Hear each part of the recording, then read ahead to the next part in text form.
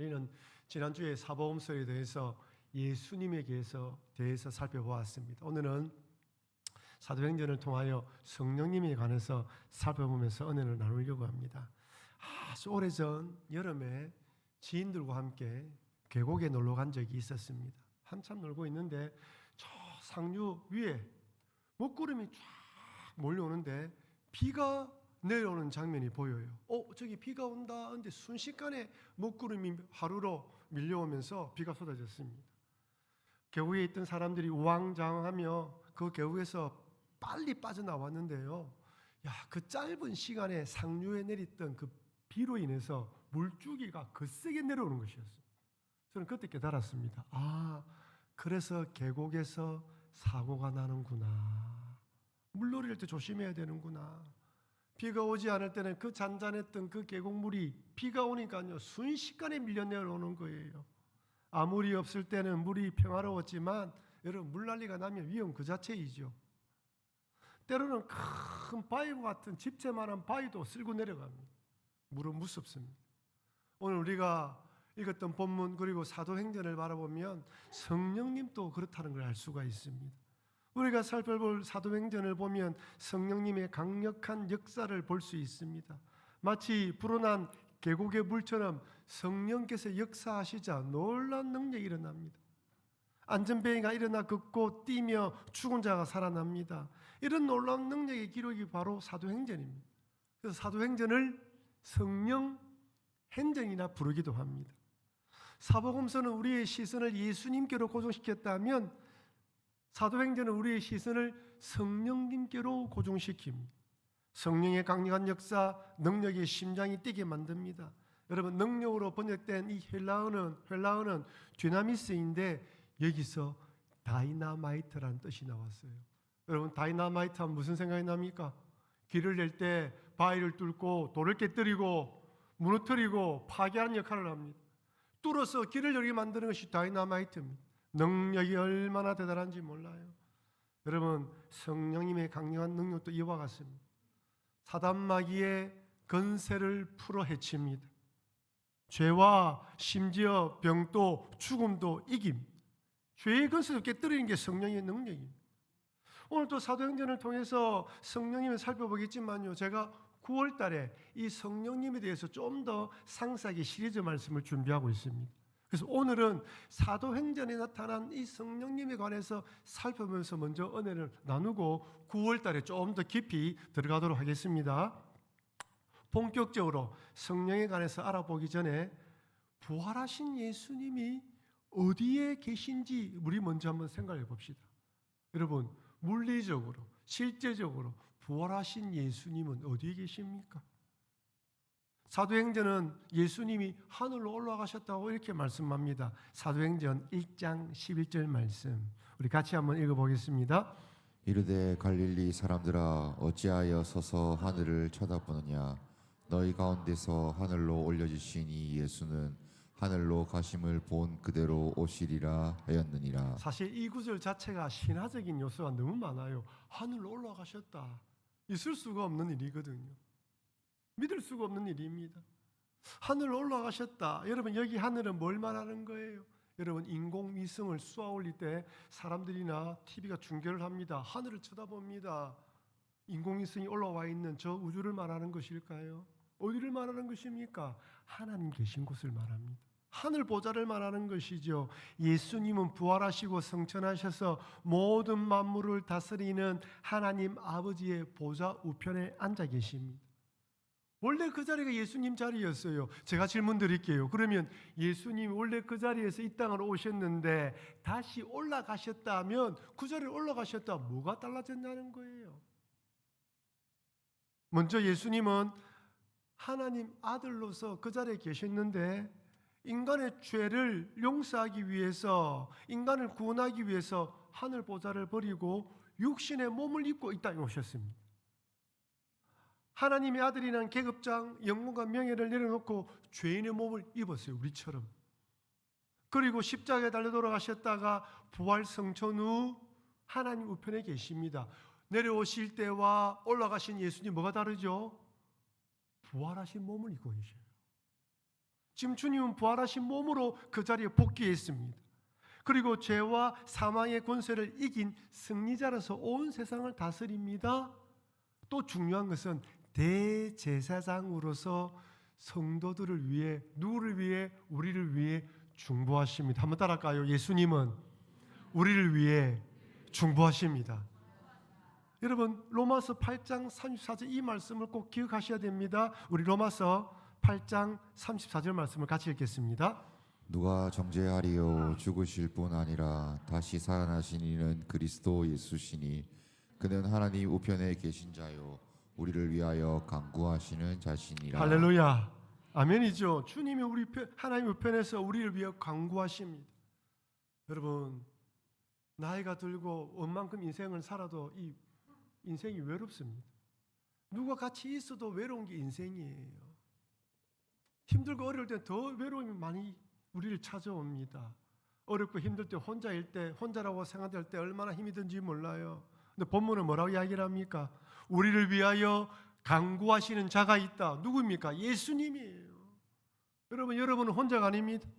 주님이 하늘에서 여러분을 위해서 간구하고 계십니다. 여러분, 우리가 이렇게 모여서 예배를 드릴 때 하늘에서 예배를 드리고 있습니다. 오늘 우리가 예배 드리고 찬양을 부르고 있지만 하늘 보좌에서 예배를 드리고 있습니다. 오늘 우리는 육신의 몸을 입고 예배를 드리지만 이 땅을 떠난 믿음의 선조들은 육신의 몸을 벗고 하나님 앞에서 예배를 드립니다. 그리고 주님은 우리의 기도를 들으십니다. 그래서 여러분, 오늘 이 말씀을 가슴에 새기시면서 나를 위하여 중보하시는 주님이 계시고 나의 모든 형편을 아신다는 잊지 마시고 주님을 바라보시는 여러분과 제가 되길 바랍니다. 그런데 오늘 본문은 예수님께서 성천하시기 전에 성령을 기다리라고 합니다. 그렇게 하늘로 올라가시기 전에 성령을 기다리라고 하셔요. 오늘 읽었던 본문에서는 성령이라는 단어가 3번이나 반복해서 등장합니다. 주님께서 성령을 통해서 예수님에 관해서 기록하게 했으며 성령을 기다리라 하셨고 성령이 임하시면 권능을 받게 된다고 말씀합니다. 여러분, 우리의 시선을 성령님께로 계속 옮기고 있습니다. 이젠 성령의 시대가 왔다는 것이죠. 그렇다고 이전에 구약시대는 성령님이 계시지 않았다고 말씀드리는 것이 아닙니다. 구약시대에도 여전히 성령님은 역사하셨습니다. 하지만 그때 성령님은 마치 숨어 계시는 것처럼 자신을 드러내지 않았어요. 고려신학대학교 교수님인 박영동 교수님 은퇴하셨지요. 성령님을 거룩한 수줍음을 지니신 분으로 표현했습니다. 그만큼 드러내놓고 활동하지 않았던 것이죠. 그런데 예수님께서 부활 성천 후 성령님은 역사의 무대 전면에 나섰습니다. 그 성령님에 대한 기록이 바로 사도행전입니다. 사도행전 2장에 보면요, 성령님이 인재하시는데 얼마나 놀라운지 몰라요. 가슴을 뛰게 만들어요. 놀라운 성령님의 인재를 경험하게 만듭니다. 성령 인재 사건을 접하는 사람들에게 이 말씀은 충격적이며 정말 강렬하게 만들어요. 사도행전 우리 2장 1절부터 3절 말씀을 우리 같이 한번 읽어보겠습니다. 이름에 그들이 다 같이 한 곳에 모였더니 호련히 하늘로부터 급하고 강한 바람 같은 소리가 있어 그들이 앉은 온 집에 가득하며 마치 불의 혀처럼 갈라지는 것들이 그들에게 보여 각 사람 위에 하나씩 임하여 있더니. 여러분 보십시오. 성령님 임한 것을 시각적으로 불의 혀처럼 바람처럼 소리를 듣게 만들어요. 온몸으로 체험하게 만듭니다. 강한 바람처럼 불의 혀처럼 갈라져서 사람 위에 임한다. 여러분, 특이한 점은 성령 충만한 제자들이 다른 나라의 언어로 말하기 시작했다는 거예요. 이때 방언은 다른 나라 말이에요. 영어, 일어, 독일어 이런 나라 말을 이야기하기 시작한 거예요. 그럼 우리에게 질문이 하나 있습니다. 목사님, 그렇다면 오늘날에도 이런 식으로 성령 임재를 경험해야 하나요?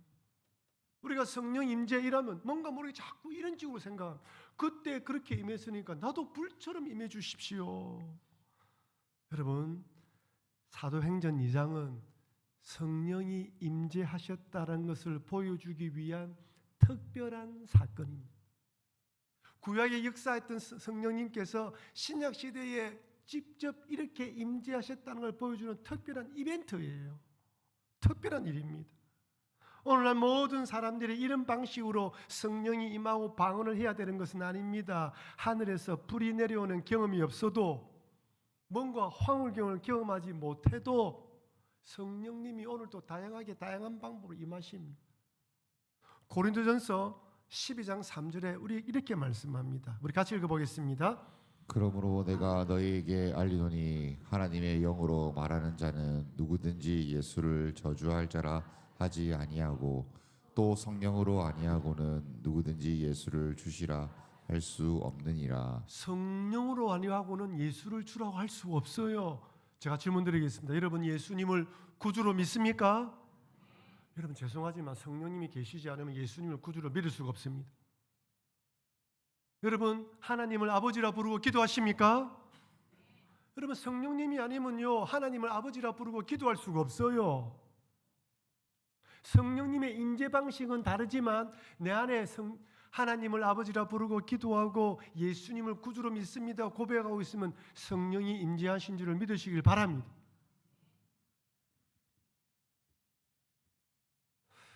임재 방식이 중요한 것이 아니라 내가 예수님을 구주로 믿고 하나님 아버지를 부르면서 기도하고 있냐는 것이 중요합니다. 그렇다면 성령님 내주했습니다. 근데 여러분 성령이 내주하는 것과 성령이 내 안에 계시는 것과 성령 충만함은 다릅니다.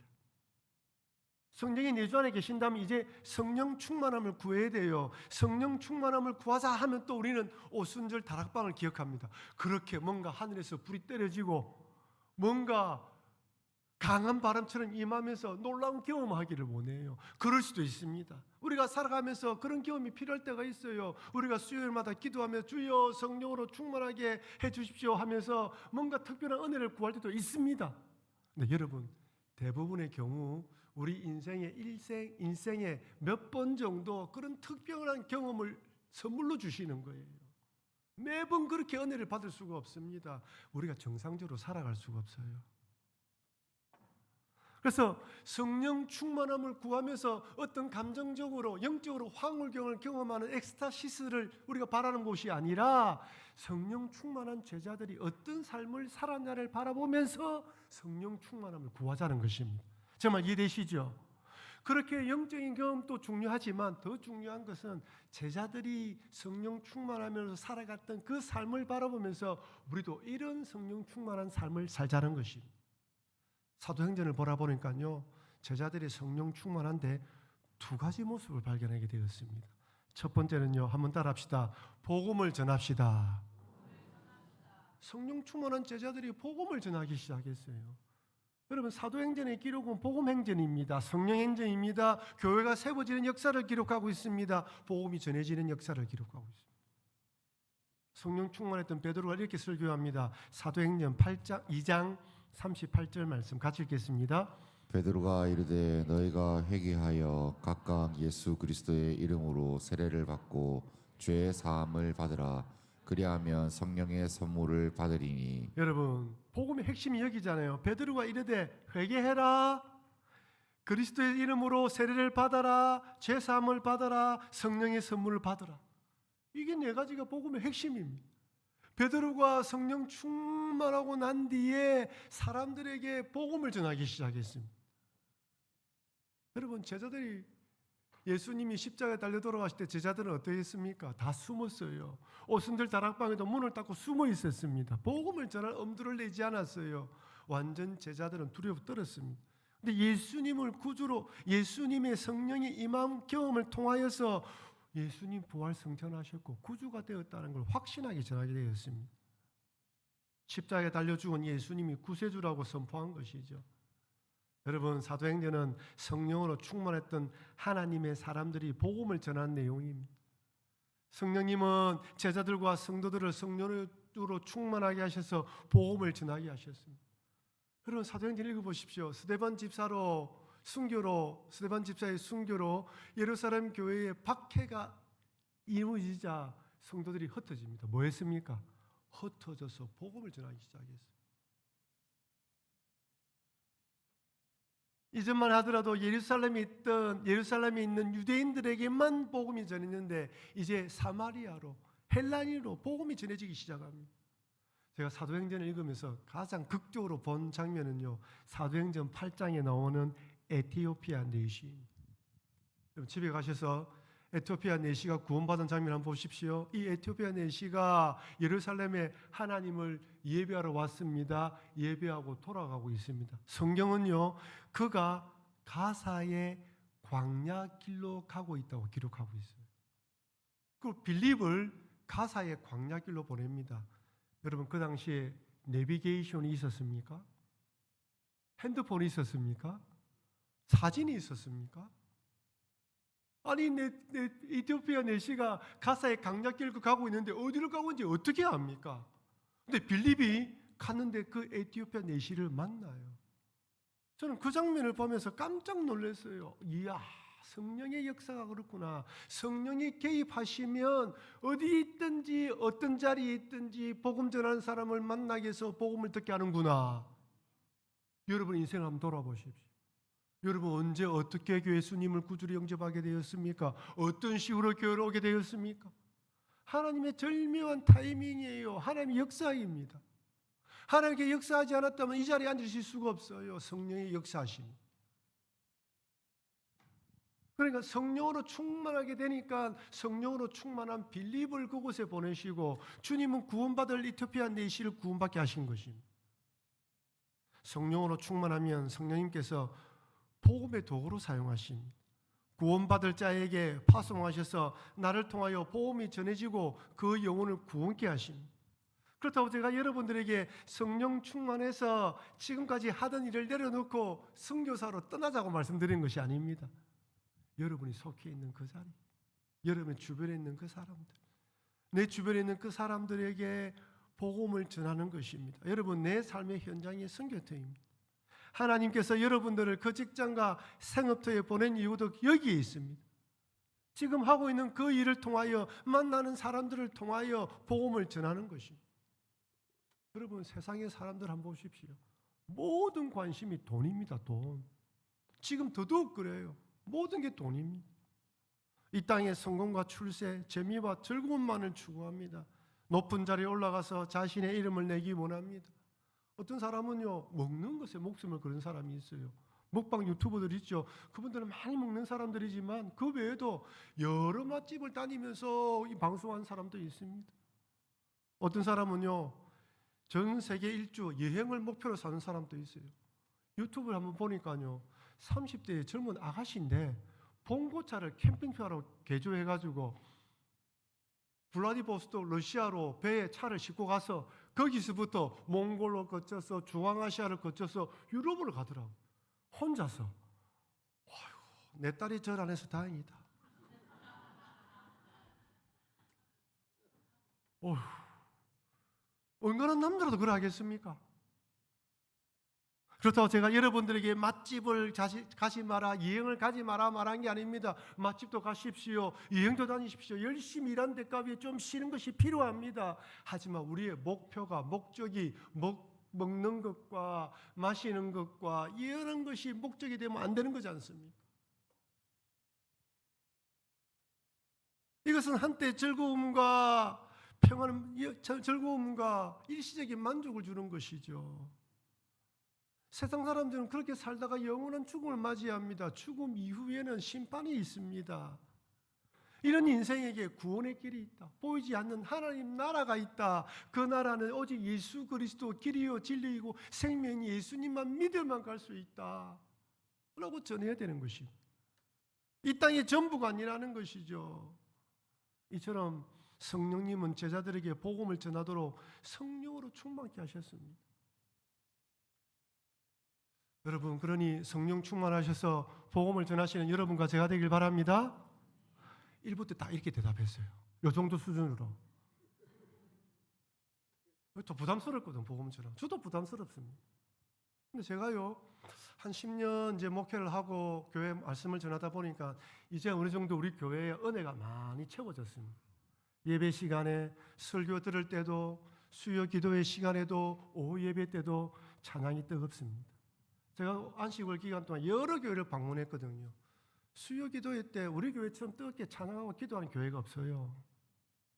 오후 예배 때 찬양이 뜨거운 이렇게 뜨거운 교회가 없습니다. 은혜가 많이 살아났어요. 은혜가 있으면 무엇이든지 할 수 있습니다. 그래서 이제 우리의 관심이 내가 받은 은혜를 가지고 이제 조금 전하자는 것입니다. 혼자서 쉽지가 않죠. 목장을 통해서 같이 복음을 전하자는 것입니다. 그럼 여러분, 우리 이제 받은 은혜를 가지고 사람들을 살리시는 그런 일, 성령 충만하며 복음을 전하시는 여러분과 제가 되길 바랍니다. 제가 이렇게 말씀하니까 일부에도 이만큼 또 아멘 했었어요. 첫 번째는 뭐라고 하고요? 성령 충만하여 복음을 전하는 것입니다. 두 번째는 한번 따라합시다. 교회를 세워갑시다.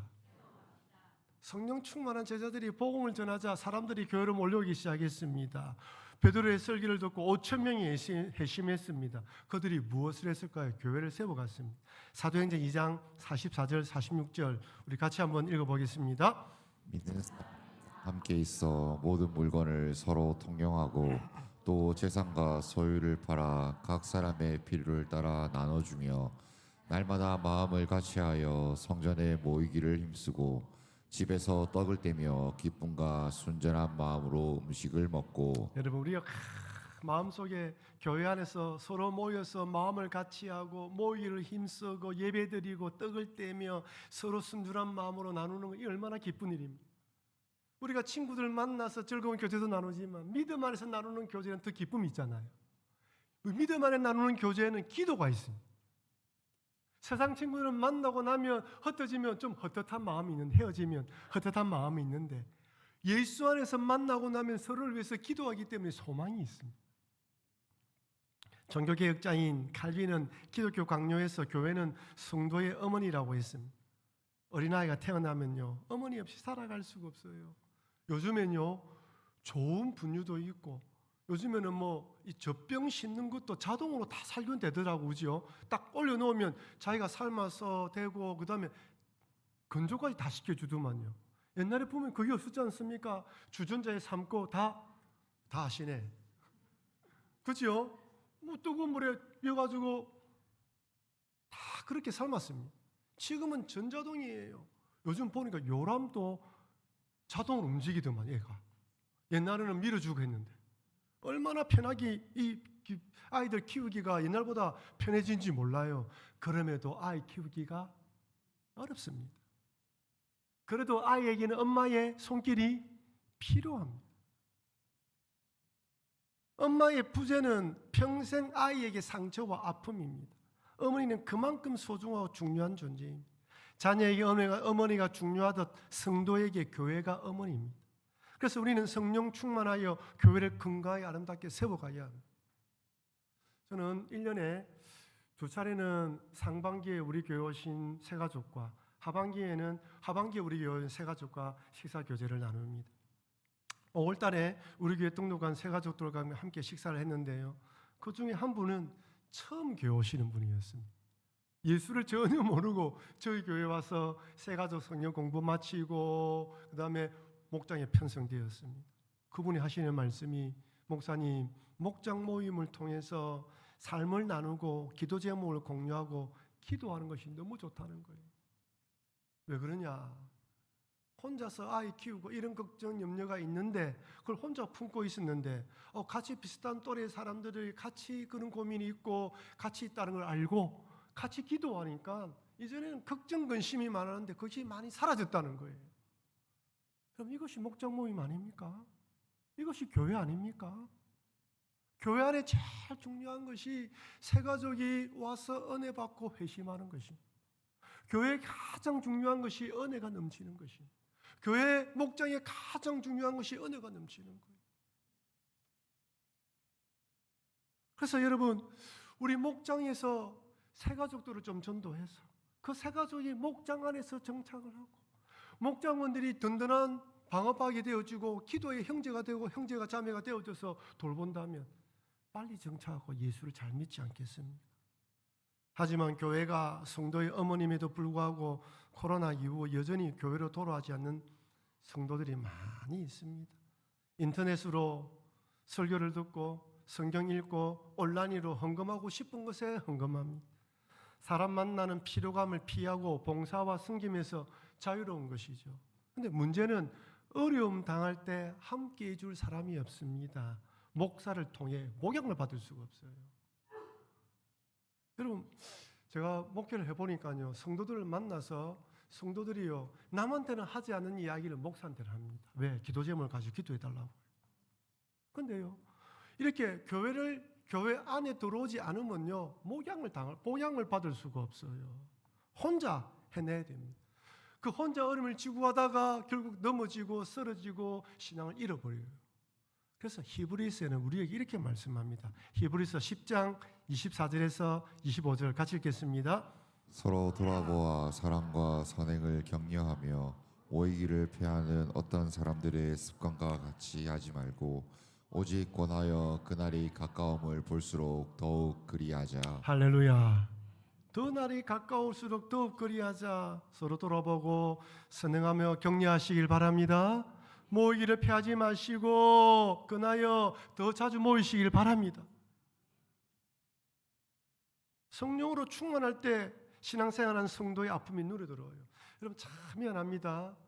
욕심 충만하면 내밖에 안 보여요. 교만 충만하면 자기 생각밖에 안 떠오릅니다. 성령 충만하면 이웃의 아픔이 보여요. 성령 충만하면 기도 제목이 보입니다. 성령 충만하면 손을 잡아주게 돼 있습니다. 참 희한해요. 그래서 우리는 저 사람이 성령 충만한지 교만 충만한지 다 압니다. 말은 하지 않아도. 성령 충만하면요, 비판과 비난이 사라지고 긍휼히 여기고 불쌍히 여기집니다. 성령 충만하면 교회 공동체를 바라보게 되고 몸된 교회를 위해 기쁨으로 헌신하게 됩니다. 교회를 아름답게 세워가는 것이죠. 사랑하는 성도 여러분, 십자가에 달려 돌아가신 예수님께서 사흘 만에 부활하시고 성천하시자 성령님께서 이 땅에 오셨습니다. 구약에서는 드러내놓지 않고 거룩한 수줍음으로 사회가 있던 성령님께서 바람처럼 불처럼 제자들에게 임했습니다. 성령 충만했던 제자들은 복음을 전하며 교회를 세워갔습니다. 그렇게 오순절 다락방에 임했던 성령님께서 우리에게도 임했습니다. 우리는 성령 충만하기를 간구해서 이웃들에게 복음을 전하고 교회를 세워가야 됩니다. 그럼 오늘 말씀을 통해 성령 충만하기로 결단하시면서 많은 영혼을 구원하며 교회를 아름답게 세워가시는 여러분과 제가 되길 주의 이름으로 축원합니다. 우리 받은 말씀을 기억하며 다 같이 한 목소리 한번 기도했으면 좋겠습니다.